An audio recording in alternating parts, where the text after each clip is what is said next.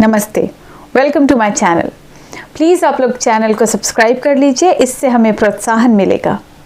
वर्ष 2006, prime minister doctor Manmohan Singh, under the छत्र छाया ऑफ राजमाता। महाराष्ट्र, सीएम विलासराव देशमुख। मालेगांव, सितंबर 2006, एक ब्लास्ट होता है मालेगांव में। कुछ लोग मारे भी जाते हैं।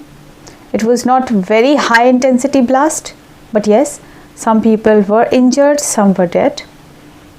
ATS अपनी इनिशियल इंक्वायरी में सिमी पर शक करती है, सिमी के कुछ लोगों को पकड़ती है, लेकिन फिर एक ट्विस्ट आता है। सब सिमी के आतंकवादी छोड़ दिए जाते हैं और गिरफ्तार कर लिए जाते हैं इनोसेंट साधु संत और रिटायर्ड आर्मी ऑफिसर्स। और फिर शुरू होता है असली खेल।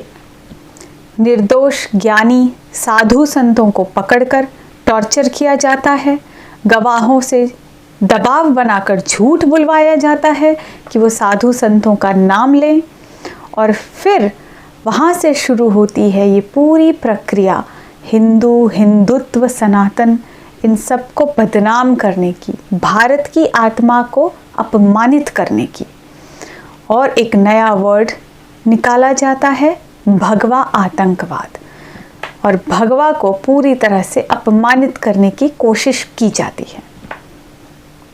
और ये सब कोशिश हो रही है सरकार द्वारा। अब तो इस केस के गवाह ने भी ये बता दिया है कि कैसे उसे टॉर्चर किया गया। ATS ने उसे दबाव बनाकर उसके बयान बदलवाए, उससे ज़बरदस्ती या झूठा बयान दिलाया गया कि इस मामले में योगी आदित्यनाथ जी, साध्वी प्रज्ञा और कर्नल पुरोहित और अन्य स्वयंसेवक संघ के या हिंदू समाज से जुड़े हुए लोग इन्वॉल्व्ड हैं, जिससे कि इन एंटी नेशनल्स का एंटी हिंदू, एंटी सनातन, एंटी भारत एजेंडा चल सके। और इसके बाद क्या होता है ये भी देखिए आप।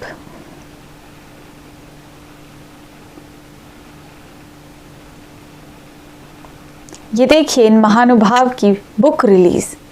कौन सी बुक आई है ये? तो आप देख सकते हैं कितना झूठ फैलाने का, किस तरह का दुष्प्रचार हमारे संस्कृति, हमारी सभ्यता, हमारे धर्म और हमारे देश के विरुद्ध किया गया। आखिर ऐसा क्यों हुआ? करना क्या चाह रहे थे ये लोग? जनता द्वारा निर्वाचित सरकार, उसके कंधों पर देश की सुरक्षा का, जनता की सुरक्षा का दायित्व होता है। ऐसे में सरकार स्वयं ऐसे मनगढ़ंत कहानियां बनाने में क्यों जुट गई? क्यों आतंकियों को जाने दिया और हमारे साधु संतों को, इन्हें बदनाम किया, भगवा को बदनाम किया, हमारे धर्म को बदनाम किया, भारतवर्ष की आत्मा को बदनाम करने की पूरी कोशिश की? ऐसा क्यों? मुझे समझ नहीं आता कि इसके पीछे कारण क्या है। क्या चंद पैसों के लिए बिक गए? इन्हें किसी की फंडिंग आती है ये सब करने के लिए, या ये अपने खुद के दिमाग की उपज थी इनकी? ये खुद एक आतंकी हैं, कहीं इन्होंने ही तो अटैक नहीं कराया और अपने आप को बचाने के लिए ये सब किया? हो सकता है ना, अगर आप किसी को इस तरह डिफेंड कर रहे हो, मनगढ़ंत कहानियाँ मैन्युफैक्चर कर रहे हैं।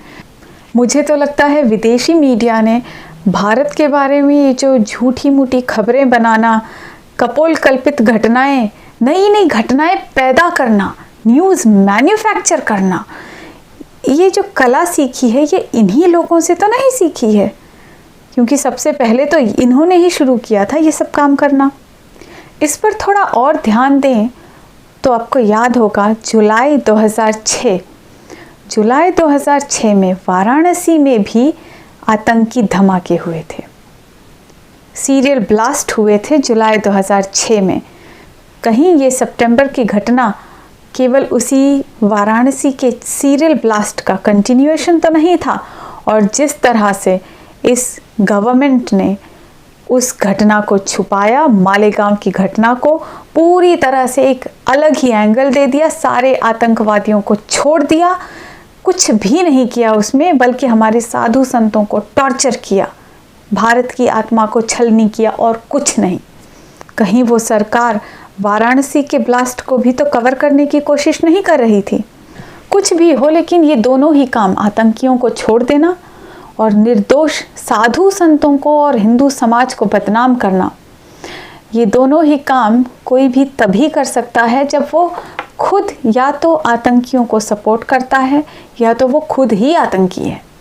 ये तो भगवान की कृपा है कि योगी जी बचे रहे और आज वो हमारे उत्तर प्रदेश के सीएम हैं और उनके नेतृत्व में उत्तर प्रदेश विकास की ओर अग्रसर है। एनीवेज, ये केस तो जांच का विषय है, जांच चल रही है और सच सामने आएगा, पूरा सच सामने आएगा। लेकिन इतना मैं कह देना चाहती हूँ, और शायद ये मेरा पर्सनल ओपिनियन ही नहीं, मेरे साथ सारे हिंदू समाज का, हिंदू यानी भारतीय समाज का ओपिनियन भी है कि अगले कुछ वर्षों में ये जो पार्टी है और इससे जुड़े हुए या इस विचारधारा के जितने लोग हैं वो या तो आतंकी घोषित कर दिए जाएंगे और ऐसे संगठनों पर पीएफआई और सिमी की तरह ही बैन लग जाएगा, उन्हें भी आतंकी संगठन घोषित कर दिया जाएगा। मेरे ओपिनियन में इन्हें जितनी बर्बादी करनी थी कर ली, अब इससे ज़्यादा हम इन्हें कुछ करने भी नहीं देंगे। पहले इन्होंने हमारा देश तोड़ा, हमारे सच्चे स्वतंत्रता सेनानियों को, उनके गौरव को कम किया, उनका नाम दबाए रखा, हमारे इतिहास से छेड़छाड़ की, छेड़छाड़ क्या यूँ कहें, हमारा सच्चा इतिहास तो पूरी तरह मिटा ही दिया इन्होंने। 70 सालों तक हमें एक तरह से गुलामी में ही रखा और हमारे धर्म को, हमारे देश को, हमारे साधु संतों को, हमारे ज्ञानी जनों को बदनाम करने की जी तोड़ कोशिश की। अंत में मैं केवल एक बात कहना चाहूँगी, हिंदू एक सनातनी कभी भी आतंकवादी हो ही नहीं सकता। हिंदू शस्त्र उठाना जानता है, लेकिन आत्मरक्षा के लिए, धर्म की रक्षा के लिए, राष्ट्र की रक्षा के लिए, किसी का अहित करने के लिए हिंदू कभी भी शस्त्र नहीं उठाता। और ऐसे आरोपों का भविष्य में भी खंडन करने के लिए हमें किसी भी साक्ष्य की, किसी भी एविडेंस की ज़रूरत भी नहीं है, क्योंकि हमें पता है ऐसा होना इम्पॉसिबल है। वंदे मातरम।